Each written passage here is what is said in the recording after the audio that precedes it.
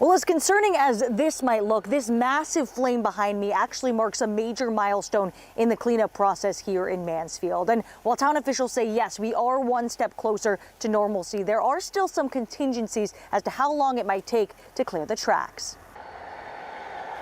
Two 2-inch hoses now determine how long it will take to clear the town of Mansfield of the inherent risks of having liquefied petroleum gas sitting in train cars that just days ago were toppled on their sides after the massive train derailment. On the left-hand side, you're going to see there are 9 cars that are kind of flat in the field. They don't have any wheels underneath them. Those are the cars that derailed. They've been stabilized, they've been secured. They're kind of on wooden cribs so that way they don't roll over. Make sure there's no leaks. 6 of those sitting cars contain that liquefied petroleum gas, now being pumped into a series of empty train cars. They have repaired the rail. They've been bringing in 7 brand new LPG cars.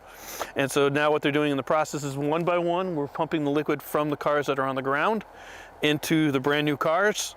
And then once all the liquid is out of the car, they've still got some vapors and a little bit of residual, and that's what we call the flaring process. And it's the flaring process that produces that billowing orange flame. The entire process of transloading the 6 cars is expected to take several days.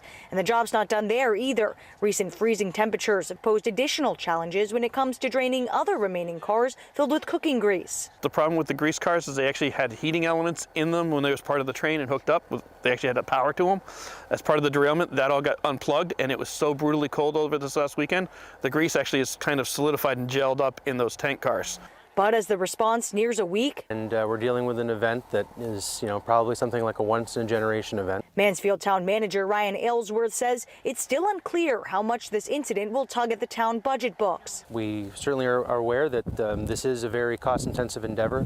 A lot of personnel, material, other resources, equipment, being brought to bear on this, and the town will work with our partners to document the costs that we need to ensure that as we move forward, we recover those costs. And again, while this flaring process is expected to take several more days, and there's no ETA as to when exactly everything's going to be cleared, as it stands right now, once that LPG is completely removed from the site, all the roads, including Stafford, Route 32, will be reopened to the public.